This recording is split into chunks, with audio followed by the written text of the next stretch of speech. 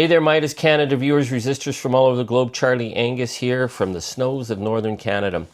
This episode, consider this a follow-up to the piece I did on the Trump doctrine, the document that Trump has released, laying out the vision that he and his gang of fascist extremists in the United States have for world dominance, of throwing Europe under the bus, of supporting racist extremist movements in Europe to undermine democracies, to destroy the future of the Ukrainian people, to side with Vladimir Putin and reduce Canada to the level of a vassal state.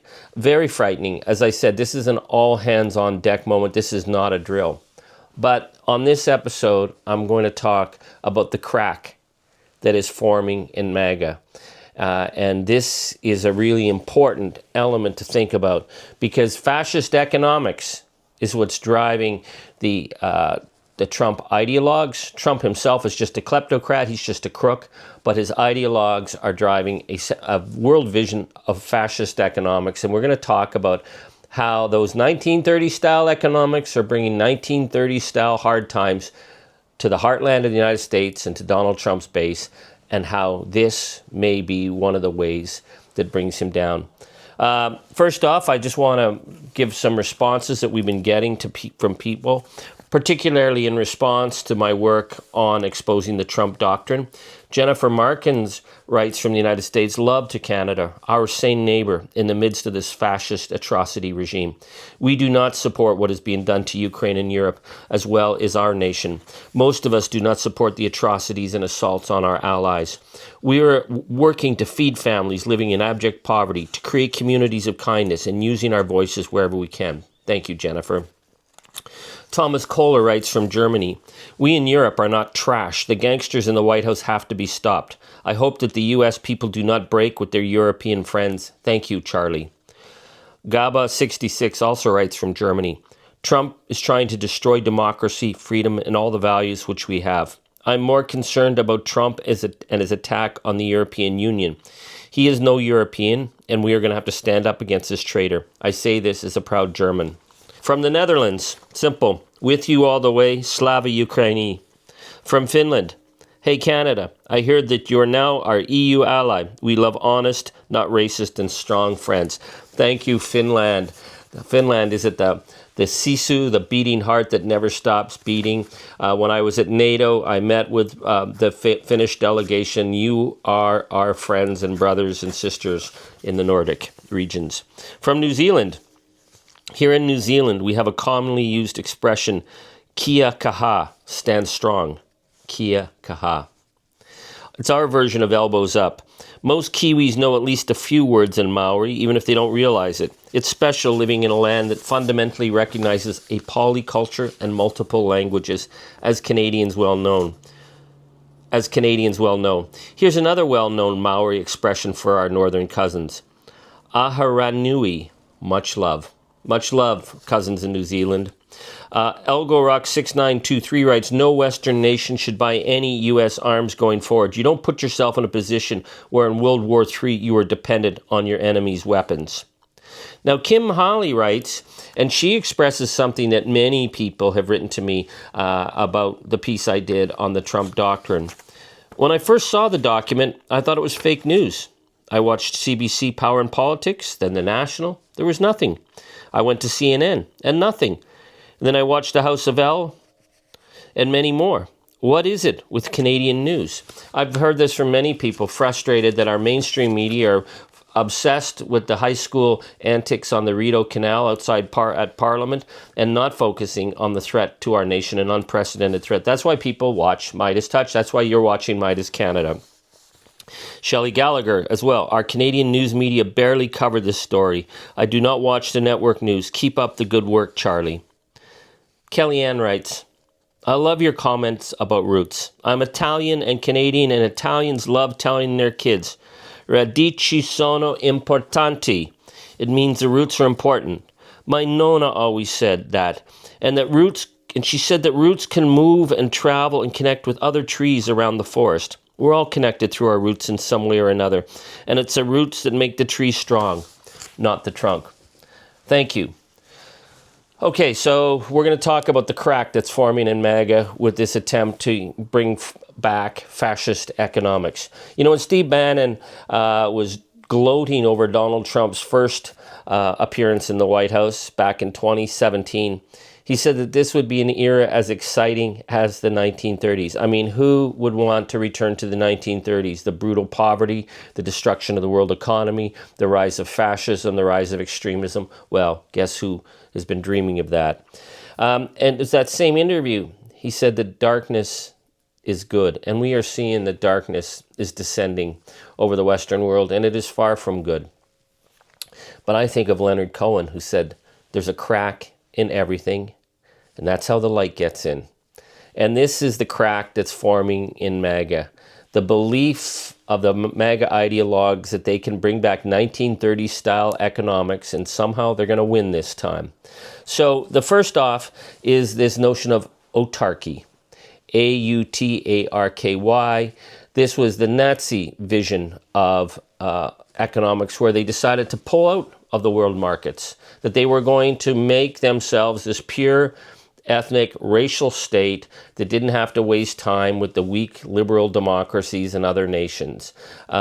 In The Death of Democracy, Hitler's Rise to Power and the Downfall of the Weimar Republic, Benjamin Carter Het explains, autarky was the idea that the country could cut itself off completely from the world economy and rely on its own resources. Autarky was central to the Nazis' political campaign and the theme of freeing Germany from its dependence on a hostile world, and that struck a chord with voters. Globalization was not a word used in the 1920s or 30s, but people were familiar with its reality. More than anything, the Nazis were a nationalist protest against globalization. Wow, so here we are today. So the problem with autarky is that an economy that cuts itself off from markets is going to stumble very badly. So what the autarkic movement in Germany needed, they created their foreign policy was to be smash and grab, looting and theft of other nations' economy and resources. Hence why Donald Trump wants to turn us into a vassal state. So think of that when you think of what Donald Trump is threatening with Canada. But there's another element that really needs to be talked about here, and of 1930 style economics, and that's the tariff wall. You know, we tend to think of Black Monday, 1929, October 1929, when the stock market collapsed on Wall Street as the beginning of the Great Depression, but it didn't really begin then. The American economy and the global economy was rattled by the stock market crash. Things started to stabilize somewhat in 1930, and then they introduced the Hawley-Smoot Act in 1930, which imposed massive tariffs on over 20,000 items coming into the United States. It was believed that they were going to protect American jobs, protect American economy. America was going to go it alone. America was going to be great again on the world stage. What happened with that massive tariff wall was that other countries retaliated quickly, shops closed, businesses collapsed, credit disappeared, and we were plunged into the worst economic crisis in North American history. So in 2017, Donald Trump attempted his first tariff war, which was against China. And the result of that was a brutal bloodbath for American farmers. In 2017, their soybean exports to China, which was one of their major markets, dropped 71%. Wheat dropped 61%. Corn fell by 88%. I mean, corn drives the American ag economy. It led to $14 billion in losses to the American economy. You would think that they'd learn from that. Well, ideologues don't learn from history.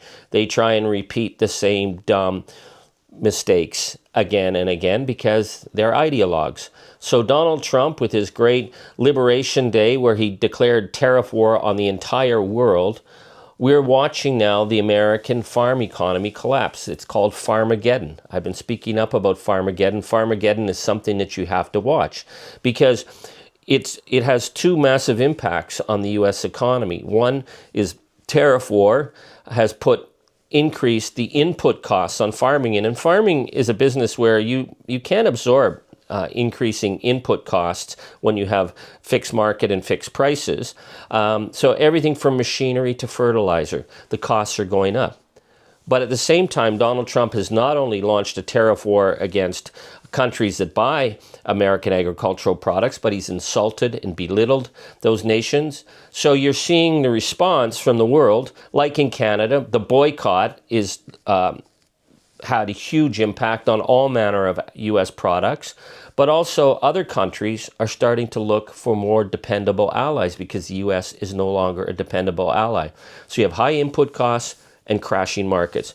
The result right now is an economic disaster. If you look at the charts showing what it costs to produce corn in the United States right now and what they get for it, the gaps are getting bigger and bigger and bigger. And this is the crack that is forming in Maga. They're talking about the collapse of the family farm. They're talking about the collapse of the rural agricultural economy in the United States because of what Donald Trump's doing. And the impact on households in the United States is enormous. This year, thanks to Donald Trump's tariff war, the average U.S. household is going to pay an extra $1,100 in costs. And that's not talking about the impacts that are having in their health care and the rising costs on that. The next year, they say 2026, it's going to be $1,400 a household paying extra to buy things because of Donald Trump's tariff war. So keep that in mind as we say, well, where are we now? Because Donald Trump is increasing the economic pressure on Canada immensely. But there's some really, really important things. We see that Canada has moved into a number of American markets because we're a dependable ally. We are now selling corn in Europe. We're selling it in Spain. We're selling it in Ireland. We're selling it in Portugal, in the UK.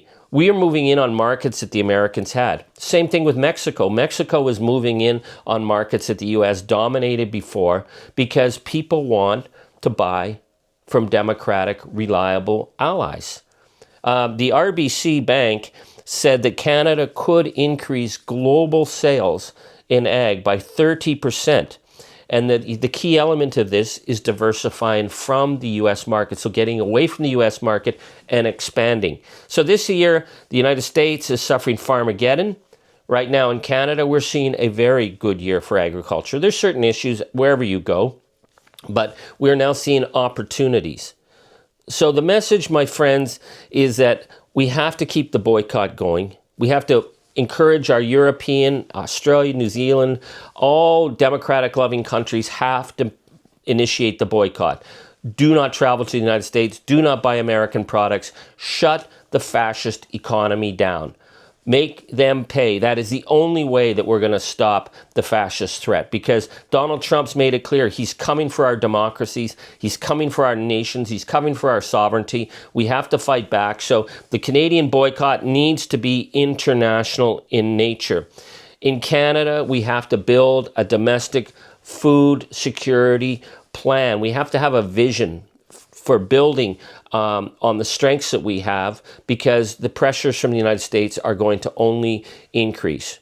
My friends, these are dark times, but we have an opportunity here. There is a crack forming in Maga. So my message to you, Meidas Canada and Meidas resistors, and I'll repeat this again and again and again, in the face of this threat of the gangster oligarchs and fascist economics, we have to remain one day longer than Maga. And we have to emerge one day stronger. One day longer, one day stronger. One day longer, one day stronger. Tell yourself this. This is the mission, folks. It's not going to get easy. It's going to get hard. But we're going to come out the other side. And we are going to do this because we keep kicking at that darkness, and it's going to bleed daylight. Thank you, merci, and megwich.